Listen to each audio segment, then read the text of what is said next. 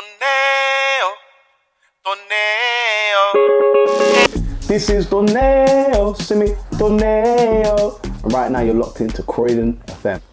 Yes, people scared on. It's your boy DJ Rorz here, representing Croydon FM. I am here next to an absolute legend. I'm actually honoured because, again, this is somebody that I grew up listening to in my car, MP3, TDK naive. Oh, gosh. Like, you know what I'm saying? We got man like Donae'o, my brother. Wagwan, How you doing, my bro? Yeah, I'm blessed, I'm blessed, You're I'm blessed, I'm looking blessed. very well. Safe, G. Shining. And I love to see it. I love to see it. And I've got a quick question. This is a question that, you know, I say on my radio show and nobody can tell me any different. Yeah. Can you have vibes without rhythms? I can, because I've always got a rhythm in my head. When you say vibe, like enjoying yourself. So let's just say, I'm going to set the scene for you, yeah? Yeah. It's a nice hot day. Yeah. Let's say we're in Hyde Park. Yeah. In Hyde Park, hot day. Yeah. Brethrens, food, Maggie and Star Dog. Yeah, I'm saying everything's out. Everyone's having a good time, but no one's brought a speaker for music. Yeah, but if the conversation's good. So you can't. Human interaction is what you really need for. That's why I like to go clubs, because it's like I get to enjoy my favourite song with other people that like the same song. But let's just say there's no music. No, but there's no music, that's what I'm saying. But human interaction is what you need for vibes. And sometimes music gets in the way of your brethren cracking a joke. That if you're listening to this tune's banging and you missed the joke, now you've missed your laughter. Do you get what I'm saying? So I think he's basically telling me Yeah, can have of course you vibes. can. Okay, I'm still championing that you know, you can't have one without the other, in my opinion. I think sometimes take the other out. I think it's part of the whole aesthetics, in my opinion. fair enough. I feel like regardless of whatever the scenario is, whether there's loud music or mood music, there has to be some music. Yeah, fair enough. In my opinion. But like, we'll agree to disagree. So, bro, man, we're gonna get straight into it. Firstly, I just want to congratulate you. You've announced your UK tour. Yeah. Wicked.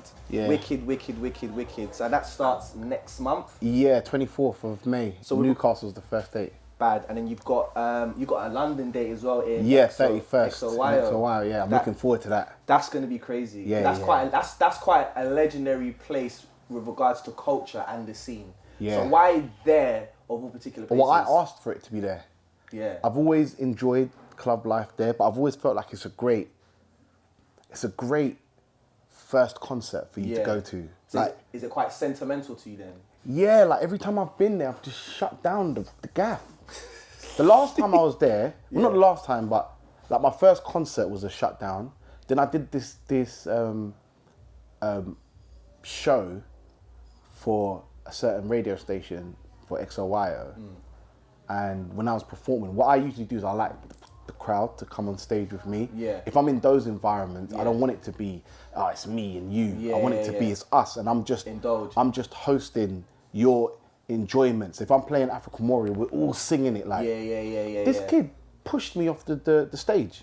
What? So I've turned around now, because I didn't fall on my face. Yeah. But I've jumped back up. I said, who did that? And they all separated like a Red Sea, and they pointed at the kid. yeah. So I grabbed him, threw him in the crowd, and the crowd roughed him up. So even the environments, like don't ruin the vibes, Yeah, kind of thing. yeah, It's yeah, like yeah. I've always felt safe there. Like, Yeah. do you know what I mean? Nah, I feel you completely, because again, that's, like I said, that place is quite a sentimental place to like anybody, you know, from our demographic, from Yeah, our yeah, culture. You know what I'm yeah, saying? yeah. There's been like a lot of events that have occurred there, and they've all been like really, really great experiences. So regards to obviously the tour, you know, that's obviously going to be pertaining to what, new music? Because you've got New music and old music. Yeah, but Yeah. is it going to be like a good balance between new and old, or is it mainly to push the new stuff that you got coming out? Or if Because it's my first tour, I got to give the public what they want first. Yeah. Like, so all of those people that come from Nottingham, Glasgow, I got to give them bounce through to lingo first. That's priority. And then I can introduce bits here and there. And then when I do the second leg, which is next year or whatever, then I'll start releasing albums and organising it. But right now, it's about the audience. Because you're a man, you've just got, you got endless music. Yeah. You've got endless music, and it's all timeless as Love, well. G. Did you ever think that, you know, you would remain? Because I feel like with especially the funky house scene, because you came in and you absolutely dominated. Yeah. Facts. You're still here. Do you know what I'm saying? So did you ever felt that, you know, not to say that you would have fallen off, but you would kind of remained? I only felt like that after funky. Grime and bassline, I felt like it could be taken away from me at any point. Yeah. Then by the end of funky, like when things were at its lowest, Yeah. so we went to its peak and it went down, that was when I was like, oh, I've done this 3 times, I can do it again. I don't mind it. There'll be just another C9. Yeah. And then after funky was when I started realising that I've got a talent for seeing where culture's going and where I'm fitting it.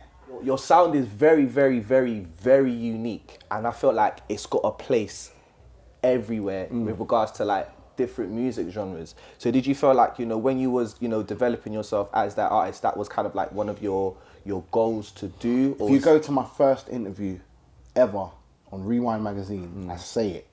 I want to make rock music. I said it then, so I think it's always been a goal of mine. But I didn't realise how embedded it was in my subconscious. But I think I've always been destined to be a multi-genre because I say it just doesn't sound out of place. Cause you've done R&B, rap, funky, grime.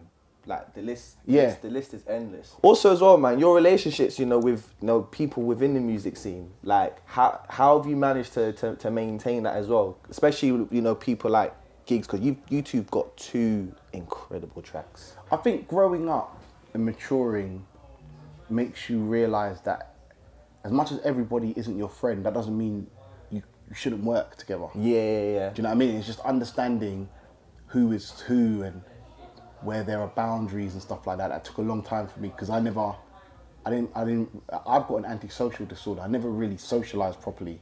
So there's certain etiquettes between human interaction I never had. Even as like a solo artist, you're dope. Yeah. And then as a feature, you're incredible. Like, I produce all the records as well. Exactly, it's insane. So you're very like... I'm very in control of where the music is going. And is that, you know, is that a preference of yours, having that control? Yeah, yes, that is definitely that a preference. That was like, I didn't like it when I was younger because I was an artist first. That producers, especially dance producers, they don't respect artists. They're always telling you what to do. And in my head I was thinking, but this beat is rubbish though. Like, why are you... Like, I don't want to sing on this. So then I thought, you know what, rather than insulting a man, why don't you just learn to produce? Originally, I wrote Bounce for another song. The producer didn't want to give me the beat, so I made my own beat. Yeah. Yeah. And did you ever feel like it was ever going to have that same impact as what it has, No, I didn't know it was going to do all that. Because that tune, Bounce, but the bounce. Bounce gave me the itch it gave me, everything that I do now has an emotional element of bounce in it because that was my first hit. Yeah. So I'm constantly chasing that high kind of thing. Bassline, I was not mature or independent enough to understand what I needed to do to capitalise off of my bassline run. I was too shook to move up north. Paleface was ringing me every day like, bro, Mystic Matt, who brought me in, I've just started a distribution company. All your tunes are selling through the roof. You need to move to Manchester. You need to move to Leeds. And you need to stay up here for 12 months. Because that's where that sound was kind of popping. Yeah. So then at the end of the bassline era, I went up to a club, finally up north, and I performed and they knew all 5, 6 songs. So obviously I'm making bassline now, but I'm just making hits blindly. Yeah. And that made me realise that consistency is really the key to making bangers. Yeah. It's not just about putting out one song, it's about putting out a bunch of songs that people can follow. Because what happens is people like them, they go back, and then like African Warrior, they go back to Devil.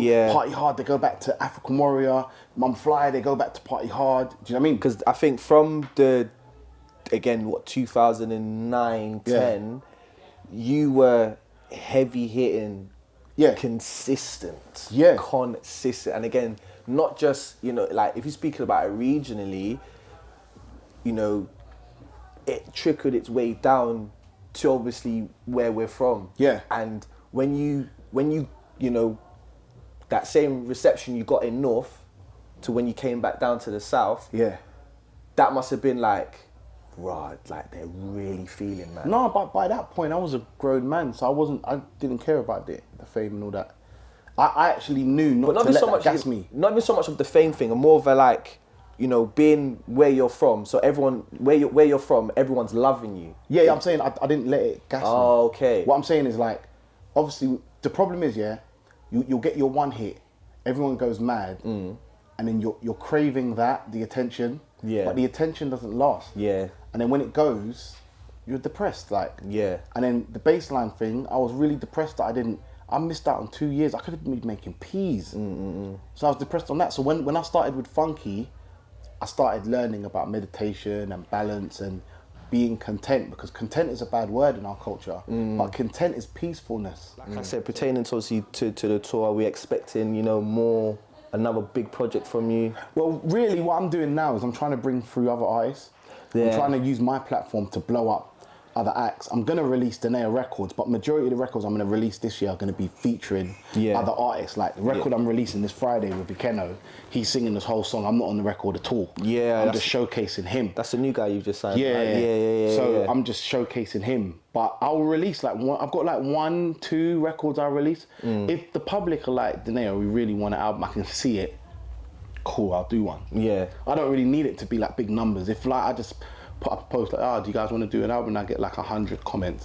That's enough for me. And are you like still making music for yourself? I think always. I've never stopped making music for myself. And obviously with the current sound, obviously the Amapiano, again, I feel like that was something, when I first heard that sound, I was like, yeah, Donae'o's, there's something Donae'o like coming. She Belongs to the Night. Yeah. Talk to me about that. Well, Super D and Pioneer, yet again, influenced me. My guy Pioneer, because they're the ones that kind of influenced the whole funky thing. A lot of my records... And he's still championing that. Yeah. A lot of my records were productions of records they were playing. Do you know what I mean? Even like She Belongs to the Night, the first time I heard it, Super D played it, and someone, like the crowd was singing, da da da. Da, da, da, da, da, da, da. I don't know what they were saying, but I heard party hard. Yeah. We got party. That's what I heard. But even then, like, so through lockdown, they was holding certain events and stuff like that. And there was this song called Kings and Queens that burst. So when I did more research, I was like, oh, so the audience wants to hear new music and they're willing to champion new, so they're open to new stuff. Because usually, like with the garage crowd, they don't want to hear new stuff. Nah, I feel like they don't respect the new garage. They just want to hear their thing. Kelly LaRock's. Yeah, so it's hard to kind of female attitudes and that break through to the authentic audience. You might get a new audience, but not the authentic. Whereas the authentic funky house, soulful house, tribal house audience was embracing a new style of music, and that's what inspired me to get back in. And I thought the best way for me to start again has to be through them. Like, I got to help them to eat too. Yeah, I feel like as a culture, we're very grateful for a Donae'o. Do you know what I'm saying? Because in my opinion, there's no other person like you.